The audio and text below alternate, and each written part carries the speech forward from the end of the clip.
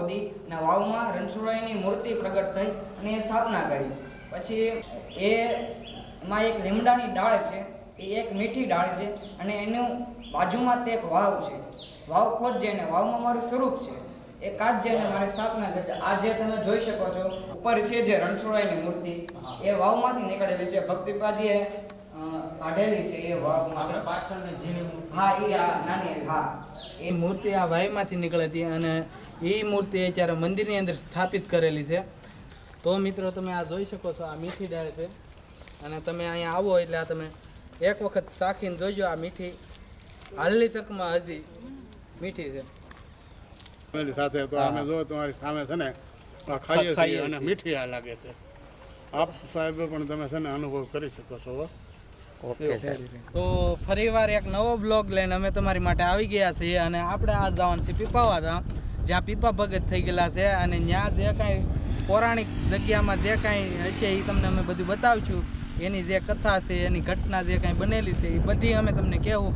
સુનિલભાઈ સાથે હું પાછું બીજી વાર આવી રહ્યો છું. એટલે જવાને છીએ અમે પીપાવધામ, જે પીપાવધામ પીપા ભગત થઈ ગયા. ત્યાં એક એવું રહસ્યમય વસ્તુ બધી છે તમને જાણવા અને તમને ત્યાં જઈશું વિડીયોના માધ્યમથી તમને બતાવવાના છીએ અને તમે દર્શન પીપાવધામના કરજો. અને ત્યાં એક એવો લીમડો આવેલો છે અને લીમડો એક જ લીમડો છે. એની મેલપા એક બાજુ કડવો લીમડો છે અને એક બાજુ મીઠો લીમડો છે. એ તમને અહીંયા વિડીયોના માધ્યમથી અમે તમને બતાવવાના છીએ. તો મિત્રો વિડીયોમાં બન્યા રહેજો અને બધાય સપોર્ટ કરજો.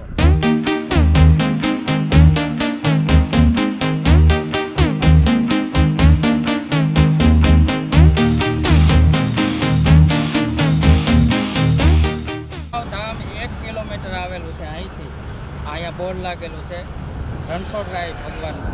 અને બીજા નંબરમાં કે બાજુમાં મુટિયા ગામ છે. મુટિયા ગામના ભોળા રાણી કહેવાય. એમને અહીંયા પીપાવ ધામમાં સપ્તાહ બેહાડેલી, બરાબર.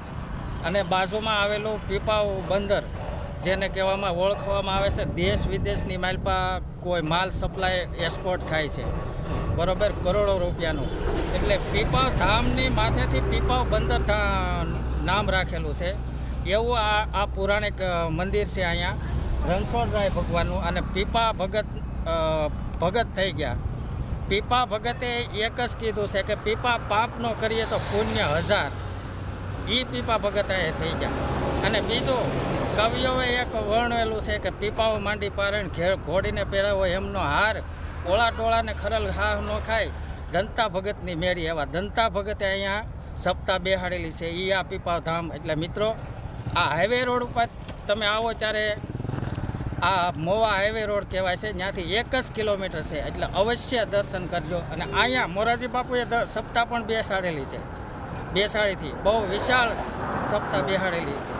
કરોડો માણસો અહીંયા પ્રસાદ લઈને ગયા છે અને હજી અન્નક્ષેત્ર શરૂ છે. મિત્રો ગમે ત્યારે આવો ત્યારે દર્શન કરજો રણછોડરાય. ફાઇનલી આપણે પીપાવા ધામ પહોંચી ગયા છે અને આ પીપાવા ધામનો ગેટ છે અને હવે આપણે અંદર જવાનું છે પીપાવા ધામમાં, જ્યાં રણછોડરાય ભગવાનના જે દર્શન આપણે કરવાના છે. રણછોડરાયજીનું મંદિર છે અને પહેલાં આપણે એના દર્શન કરી લઈએ. તો ચાલો.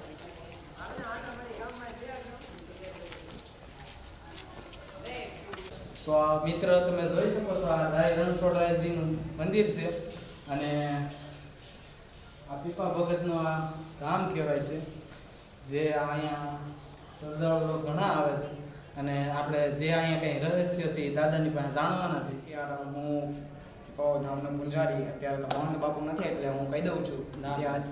તો આ જગ્યાનો ઇતિહાસ સાથે ભક્ત પીપાજીનો ઇતિહાસ જોડેલો છે. હા, તો ભક્ત પીપાજી ગાંગરોળગઢના રાજા હતા. રાજસ્થાનના જે ગાંગરોળગઢ સ્ટેટ આવેલું છે એમના રાજા હતા. ભક્ત પીપાજી ચારધામની યાત્રા કરવા આ બાજુ નીકળેલા. એટલે એ સમયમાં વટલાવ પદ્ધતિ આવી. પછી ચારધામની યાત્રા કરવા નીકળ્યા એટલે એ સમયમાં રસ્તા તો નહોતા, હાઈવે કાંઈ હતું ને. બહુ 1919ની વાત કરું છું, 1919ની વાત કરું છું. તો એ સમયમાં કેડીએ ચાલવાનું, દરિયા કિનારે ચાલવાનું, બરાબર, દરિયા કિનારે. તો એ ચારધામની યાત્રા કરવા નીકળ્યા એટલે ગાંગરોળગઢથી દ્વારકા જવું હતું. એટલે એ દરિયા કિનારે ચાલતા જતા હતા. એટલે આ જગ્યા ઉપર એ આવ્યા આ જગ્યા ઉપર એ સમયમાં બહુ દુષ્કાળ પડેલો. હા. દુષ્કાળનું વ્રત હતું એટલે બહુ માણસોને ગંભીર સ્થિતિ હતી બહુ. એટલે એ સમયમાં ભક્તિપાજીએ લોકોને ભૂખા રાખ્યા હતા. એટલે ભક્તિપાજીએ એ સમયમાં એને અન્નક્ષેત્ર શરૂ કરેલું. હા, એ વખતમાં 1919માં શરૂ કરેલું.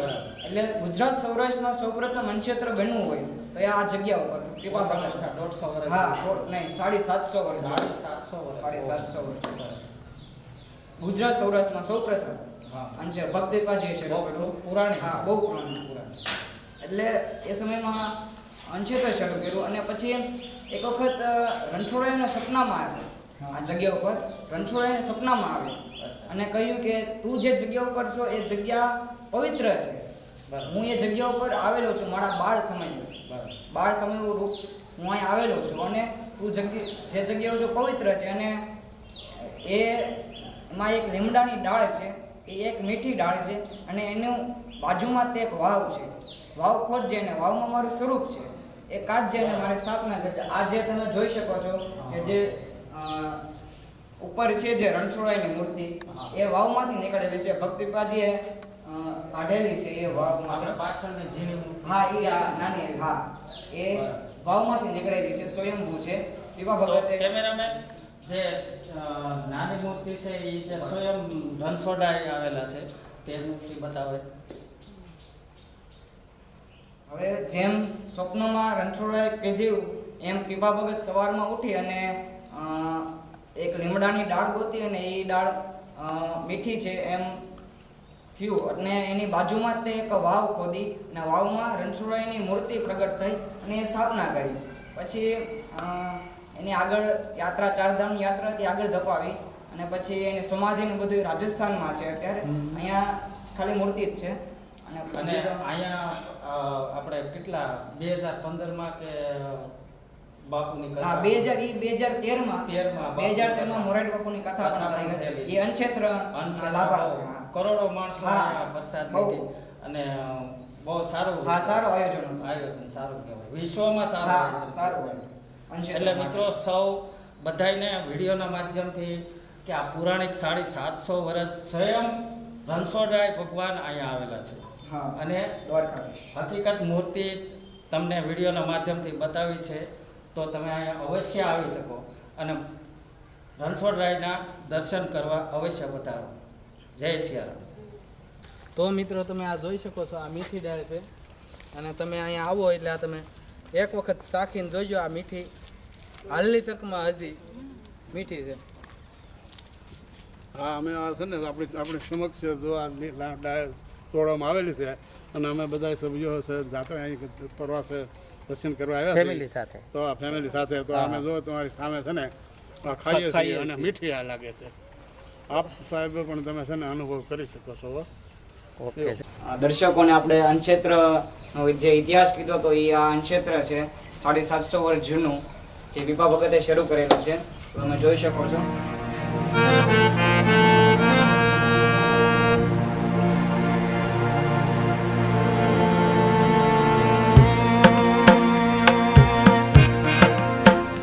તો મિત્રો તમે જ્યારે પીપાવા ધામમાં આવો, જ્યારે રણછોડરાયજીના મંદિરે આવો, તમે જ્યારે દર્શન કરો તો ત્યારે તમે અહીંયા પાછળની તરફ આવેલું એક કુંડ છે એ પણ તમે જોવા આવજો.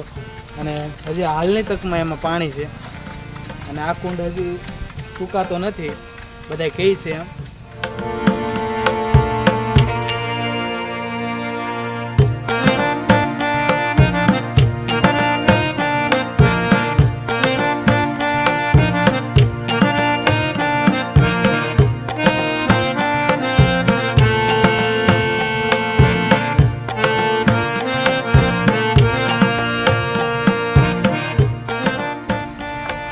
તો મિત્રો હવે આપણે કુંડ જોઈ લીધો છે અને હવે અહીંથી આપણે આગળ વધવાનું છે અને હવે ગૌશાળા તરફ જવાનું છે જે પીપા ભગતનું કહેવાય છે ગૌશાળા.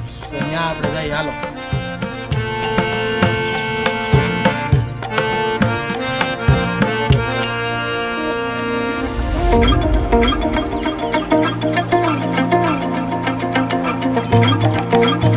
તો આ ગૌશાળા છે જે પીપા ભગતનું કહેવાય.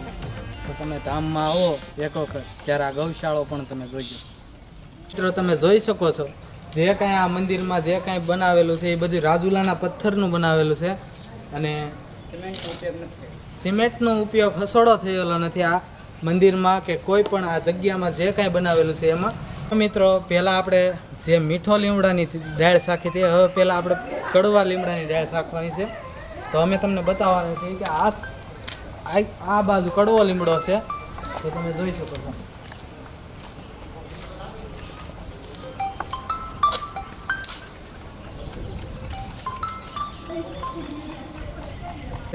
અને ઓલી બાજુ જે આપણે પહેલાં શાખી હતી એમાં મીઠો લીમડો છે.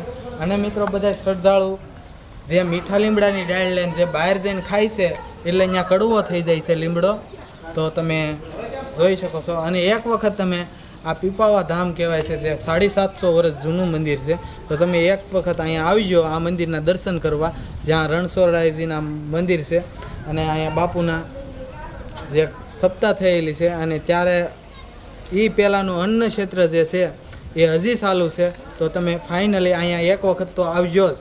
જે પીપા ભગતે આ વાવ એના હાથે બનાવેલી છે, તમે જોઈ શકો છો અને તમને બતાવવાના છે. તો આગળ જઈને આપણે જોઈએ, હાલો.